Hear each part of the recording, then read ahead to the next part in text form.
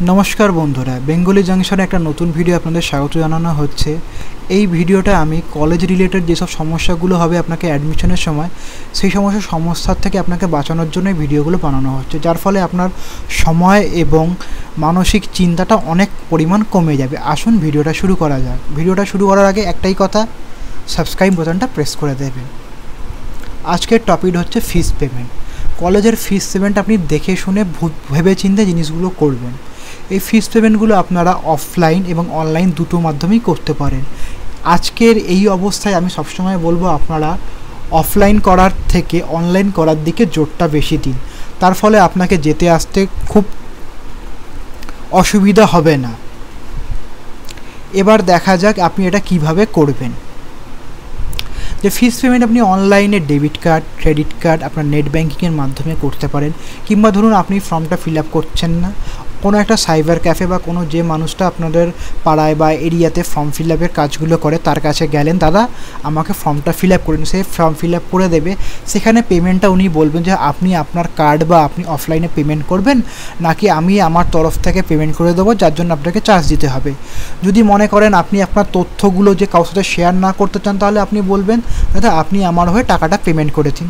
তার ফলে কি আপনার এক হলো আপনার কাউকে ব্যাঙ্ক ডিটেলসগুলো কাউকে দিতে হলো না, অনলাইনে দিতে হলো না। আর আপনিও যদি ভাবেন যদি অনলাইনে ট্রানজ্যাকশান করতে গিয়ে কোনো কারণে ওয়েবসাইট থেকে হ্যাক হয়ে যায় আমার তথ্য, সেটা থেকে আপনি বেঁচে গেলেন। সেখানে হলো আপনাকে কিছু অতিরিক্ত পয়সা দিতে হবে, কারণ আপনারা জানেন এই মুহূর্তে ব্যাংকে যাওয়া একটা রিস্কপূর্ণ ঝুঁকিপূর্ণ কাজ। তার উপরে ব্যাংকিং আওয়ার্স সকাল 10টার থেকে দুপুর 2টো অবধি হয়ে যাওয়ার ফলে যে মানুষটা আপনার হয়ে কাজটা করছে তাকে ব্যাংকে লাইন দিয়ে গিয়ে টাকা জমা দিতে গেলে তার খুব অসুবিধা। সে তার জন্য একটা চার্জ নেওয়া, এটা বাধ্যতা, এটা আপনারা জানেন, এটা আপনাদের দিতে হবে। সেই টাকাটা দিলে আপনি ইজিলি করে নিতে পারবেন এবং এর মাধ্যমে করবেন। যদি তার কাছে হয়তো কোনো কারণে ব্যালেন্স কম পড়ে গেল, সে হয়তো বলতেই পারে, তখন আপনি আপনার কার্ডটা ইউজ করতে পারেন। আপনি দেখে শুনে কার্ডটা ইউজ করবেন এবং কার্ডের যত ওটিপিগুলো আছে কাউকে আপনি ওই ব্যক্তি ছাড়া কারোর সাথে শেয়ার করতে যাবেন না, কারণ সেইগুলো অনেক রিস্ক হয়ে যায়। এবং আপনি সবসময় দেখবেন যে ট্রানজ্যাকশানগুলো ঠিকঠাক হচ্ছে কি না, এই হলো কথা। আর যখনই একটা হবে যে ফিস দেওয়ার পর অনেকে ফিস রিসিপ্টটা নেন কিন্তু সেটা হারিয়ে ফেলেন, সেক্ষেত্রে কিন্তু অনেক অসুবিধা হয়। ফিস পেমেন্ট মানে বিশেষ করে অ্যাপ্লিকেশনের যে টাকা আপনি জমা দিয়েছেন সেটা কিন্তু গুরুত্বপূর্ণ একটা তথ্য। সেই তথ্যটা না হলে আপনার কিন্তু খুব অসুবিধা, কারণ এই যারা এই কাজগুলো করে তারা তো দিনে অনর্গল অনেক ফর্ম ফিল আপ করে। সে আপনার কী করে মনে রাখবে কোনটা আপনার টাকা কোনটা ওর টাকা, কারণ তার কাছেও তো সেই তথ্যগুলো সে তো আর সেভ করে রেখে দেবে না। কিন্তু কিছু কিছু ক্ষেত্রে অনেকে সেভ করে রাখে, সেটা হচ্ছে তাদের ব্যক্তিগত ব্যাপার, কারণ তারা জিনিসটাকে অনেক প্রপারলি প্রসেসে কাজ করে, যার ফলে কোনো স্টুডেন্টের কোনো অসুবিধা না হয়,